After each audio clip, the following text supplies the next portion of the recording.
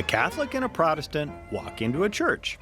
Not the start of a joke, the start of a story about a unique place where both could have gone to services a century ago. A tiny building in a tiny village near giant Lake McConaughey.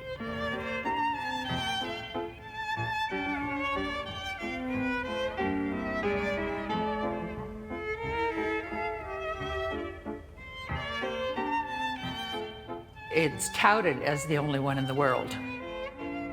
Most people are amazed at what's actually here, that it's here, and how special it is. So we think it's a real treasure. It's just really a special place. Here's how it works. There's a Catholic altar on one end, Protestant altar on the other. In between, rows of pews on hinges that flip whatever direction is needed. Same with kneelers pulled out from either direction. That's the reason why Keystone was invented, because the ranchers didn't want to take their cattle across that river Right. with the quicksand. Barbara, the Catholic, and Kathy, the Protestant, are two of the less than 100 folks who live in Keystone. They keep the little church and its history from fading away. The dedication was Reverend Dean George Beecher of Omaha, and he was Episcopalian. He wasn't any of the three that Really? we Well, know that's about. interesting. I didn't know that either. It started long before Kathy and Barbara were around. Keystone was founded in 1906 with a hotel, some businesses, but no church. The idea was brought by a group of teenage girls who were called the King's Daughters, and they were under the direction of Mrs. Georgia Paxton. Mr. Paxton, her husband, Bill Jr., they had a ranch just northeast of town here. And his father, Bill Sr., was big in the Omaha stockyards. And so they had bought land out here and ranched. So the girls decided we needed a church. And they went about having sales, bazaars. They had an oyster supper at one time. The girls raised several $100s to get things started. The Paxton family kicked in the rest. They hired noted Omaha architect Thomas Kimball to design the church, kind of a small job for the MIT and Paris-educated designer whose credits include the Trans-Mississippi Exposition, Burlington Station, and St. Cecilia's Cathedral. Trains brought lumber from Omaha and a letter from the Vatican. They had to get a dispensation from the Pope to have a Catholic altar in one end and a Protestant altar in the other. And they got that. The special dispensation was shipped from Rome to New York City, and there it was handed over to church officials who brought it out here on the railroad. And the idea for the two-way pews?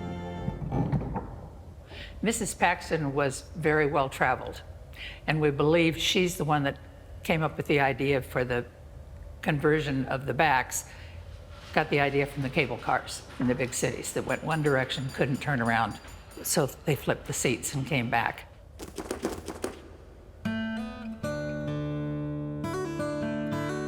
The little church opened in 1908 with a big dedication ceremony. The unique concept occasionally got attention in other parts of the country. One article called it eminently sensible, neighborly, and effective. With visiting clergy, Catholics and Presbyterians alternated Sunday worship times here at first. When the Presbyterians left in 1926, a Lutheran congregation moved in. When the Catholics left in 1929, it was just a Lutheran church until closing 2 decades later.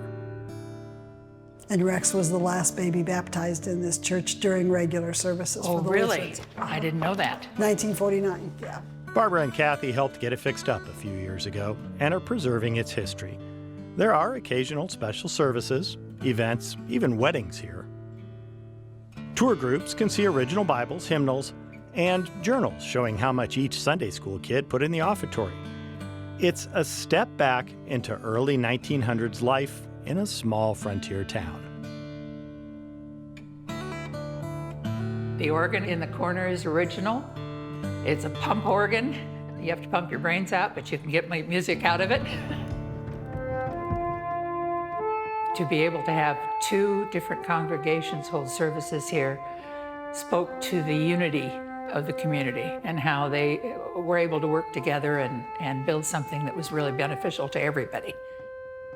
I think it speaks well to the pioneer spirit.